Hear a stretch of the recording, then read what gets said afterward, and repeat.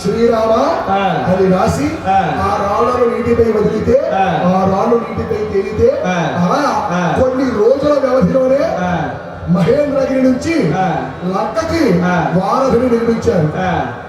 వానర సేనతో కలిసి రామ లక్ష్మణుడు అంగదుడు వీరుడు జాంబవంతాది వీరులు వానర సైన్యం నడిపింప శ్రీరామచంద్రమూర్తి హనుమతో కలిసి లంకాపట్నం మీదకి యుద్ధానికి బయలుదేరి వెళ్ళాడు. ఘోరమైనటువంటి యుద్ధం జరిగింది. ఆ యుద్ధంలో 7 కోట్ల మంది వీరుడు మరణించారు. రావణాసురుడిని సంహరించాడు.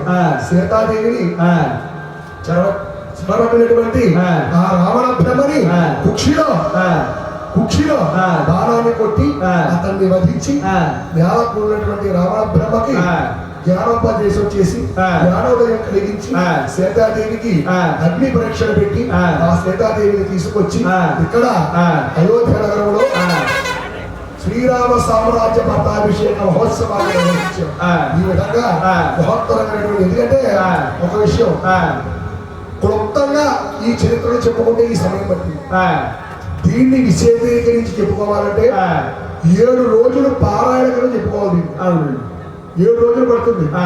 ఉదయం సాయంత్రం చెప్తే ఎలా రామాయణం అంతా బాలకాండ దగ్గర మొదలుపెట్టి బాలకాండ అలాగే బాలకాండ కిష్కింధకాండ యుద్ధకాండ